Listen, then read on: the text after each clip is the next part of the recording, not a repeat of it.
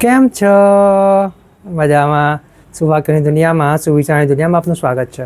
મારા મિત્રો, એવું કહેવાય છે કે આપણું જે જીવન છે, આપણું જીવન આપણી આદતોથી જ બને છે અથવા બગડે છે. આવી જ કોઈ વાતને સુવિચાર તરીકે હાબિલ ટીમે ખૂબ સરસ રીતે લખ્યું છે. આજનો જે સુવિચાર છે તેનો વિષય છે જીવનશૈલી, લાઈફસ્ટાઈલ. હાબિલ ટીમે લખ્યું છે કે આપણા રોજિંદા નાના નાના પ્રયત્નો જ આપણી જીવનશૈલી અદ્ભુત બનાવે છે. મારા મિત્રો, વાત ખૂબ જ સીધી છે, ખૂબ જ સરળ છે, એટલી જ મહત્ત્વની છે. અહીંયા જે વાત છે તે જીવનશૈલીની છે, લાઈફસ્ટાઈલની છે. મારા મિત્રો, આજના સમયની સૌથી મોટી જરૂરિયાત હોય તો એ જ છે કે વ્યક્તિ પોતાનું ધ્યાન રાખે. પોતાનું ધ્યાન રાખવા માટે આદતો પણ એટલી જ સારી હોવી જરૂરી છે.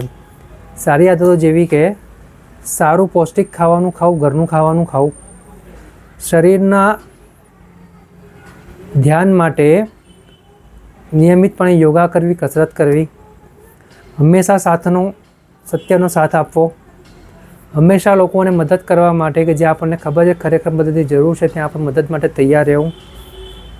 જ્યાં આ બધા ગુણ હોય છે ને જ્યાં આ બધા ઉપર કામ થાય છે તો આ બધી ધીરે ધીરે આદતો બને છે. એટલે મારા મિત્રો, વાત ફક્ત એટલી જ છે, જો આપણા જીવનમાં સારી આદતો હશે તો આપણું જીવન પણ સારું બનશે અને આપણી જીવનશૈલી પણ એટલી જ અદ્ભુત બનશે. આથી ઉલટું, જો આદતો ખોટી હશે, ખોટા લોકોને સાથ આપવાનો પ્રયાસ કરીશું, પોતે ખોટે કરીશું, શરીરનું ધ્યાન નહીં આપીએ, ગમે તે ખાઈશું, તો બની શકે કે મિત્રો કે ભવિષ્યમાં કોઈ ભયંકર બીમારી પણ થઈ શકે. એટલે અહીંયા જે વાત છે તે સૌથી મોટી વાત એ જ છે કે પોતાનું ધ્યાન રાખવું, સારી આદતો ઉપર ધ્યાન રાખવું. જો આપણે પોતાનું ધ્યાન રાખી શકીશું તો જ આપણે બીજાને મદદ કરી શકીશું, બીજાના કામમાં આવી શકીશું.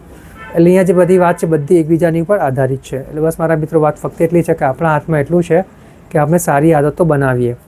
જ્યારે આપણી સારી આદતો બનશે ત્યારે સારી આદતો ધીમે ધીમે કરીને એક અદ્ભુત જીવનશૈલીમાં રૂપાંતરિત થશે.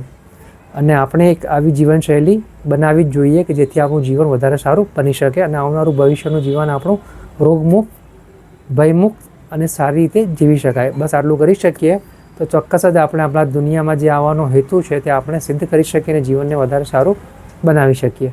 Thank you.